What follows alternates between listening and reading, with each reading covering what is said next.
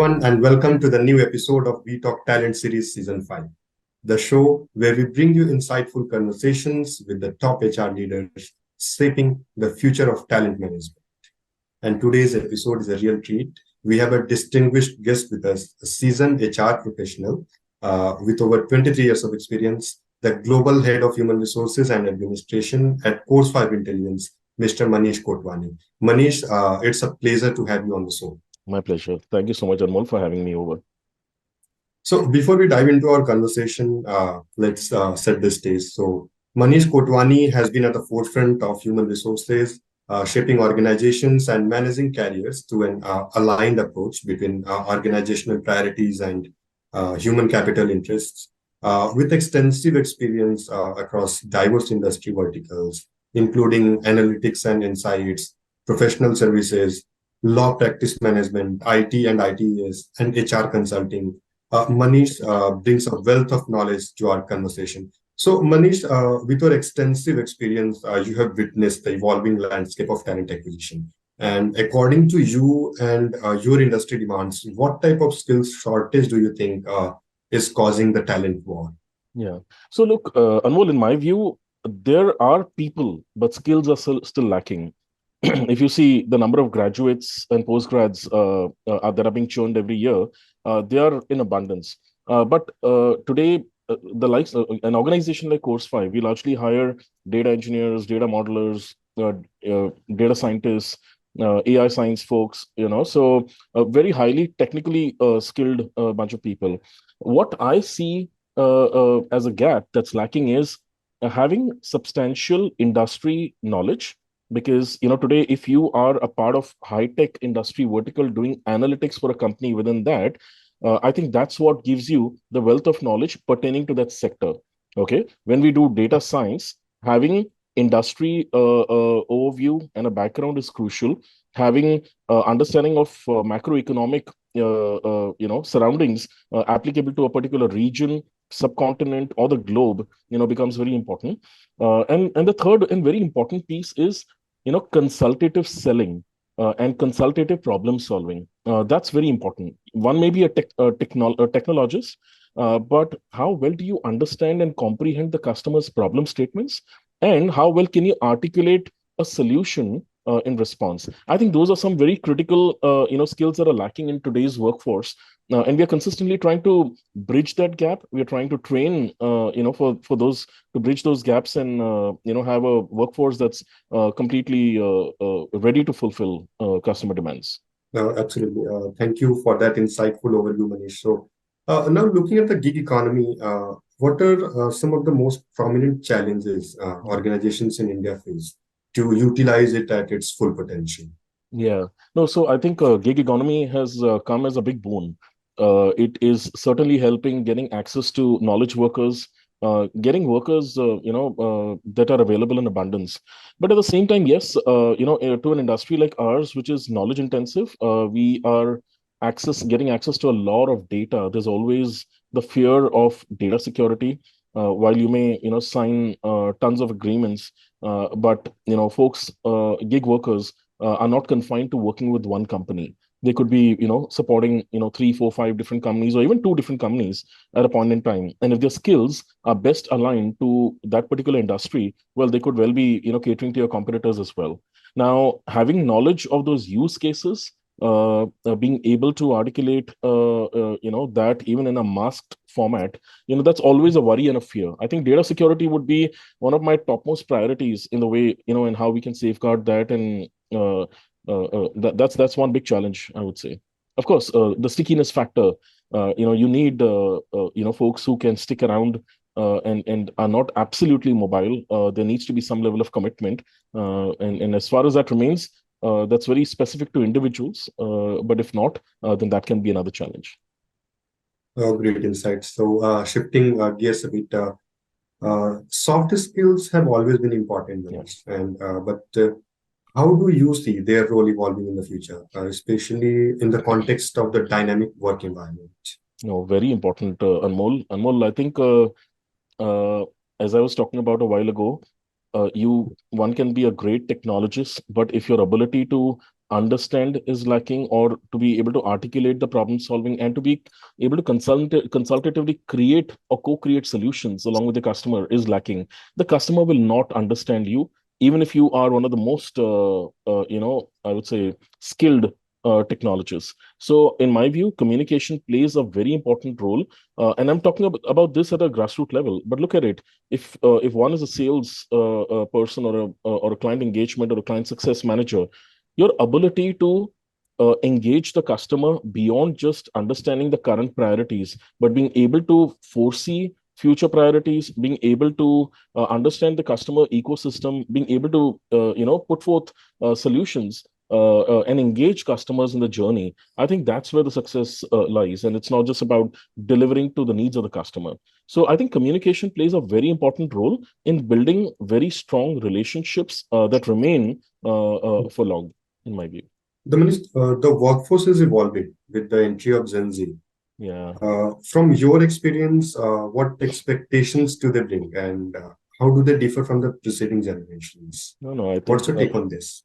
they're a different bunch of animals, I would say, but interesting ones, because they keep you on your toes. Look, we've heard about it in various forums. Purpose is what drives them. Being socially aware as an organization is what drives them. I think all of us know about all of these things, but I think it's very human. Look at us. Look at me. I could be a Gen X or a Gen Y, at the cusp of it, though. My expectations were no different. I would definitely want to be a part of a company that offers or does meaningful business, that's there to drive an impact, to its customers, to the economy around, to the community around. No different. I would want to learn in everything that I do each day. What's in it for me? I think every employee, obviously needs it. It's got nothing to do with Gen Z or Gen Y. So I don't see that expectation being very, very different. What makes them different is they are fiercely ruthless and non-committal. And they obviously, if they don't align, they don't connect. I think, they completely disconnect there itself. I mean, I think the one thing that was different in our time was we would try to make things work. And right now, if I see, we still try to make things work for them. They're still, they would love to be at the receiving end to make sure things work their way. So yeah, I think those are some important elements that we see. But as far as you've got them aligned, these are a bunch of digital natives. If you've created a workforce and an environment that's really appealing to them, with purpose, with technology, with learning, with a career path, and with driving work-life balance, driving inclusion, that's very important to them. Being they're a diverse bunch of people themselves, and seeing an inclusive workforce is very crucial to them. I think those are a set of expectations. But at the same time, I'm waiting to see how this generation responds after they take the first home loan. How does their level of commitment change beyond a point? So yeah. Yeah, absolutely. So, employee engagement has taken a new dimensions Yeah. with remote and hybrid work setups. So, Manish, can you share your insights into your strategies for keeping the employees engaged Yeah. in this evolving landscape? Uh, Anmol, we've kept it very simple. Okay. We don't want to be in the news like the top five for mandating work from office.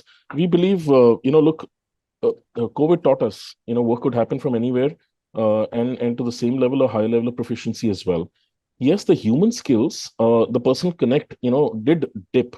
The camaraderie did dip. The culture started losing, its grip over employees, because many people joined at a point where they were remote. They hadn't seen an interviewer. They hadn't visited a workplace. So it was a new environment to them. I believe the success lies in the best adopting the best of both models. Okay, and that's what we've been doing at Course 5. We have made sure that while we remain flexible in a hybrid work environment, we've also made sure that there are touch points where once a quarter or once in 2 months, we are getting the workforce to office, and all of them in a way that they get to know who their colleagues are. They sit in the same room, ideate, innovate, brainstorm, come up with ideas. They discover the magic of working together. So we're not really keeping them out of it totally. We do have our set of events and engagements that keep them glued to each other. One thing which has been very core to our strategy is communicate to connect with them. Okay.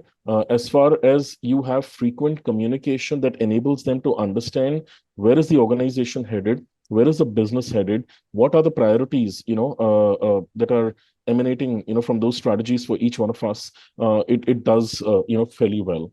Ensuring they have visibility and clarity to goals that are being set for them, and there are frequent check-ins that are happening, development enablement platforms that are being created for them. I think it's beautiful. All we then need to do is just keep adding the fun and engagement element, wellness element, finding unique and creative ways of getting the workforce together, whether it's digitally or in person, as far as they remain connected.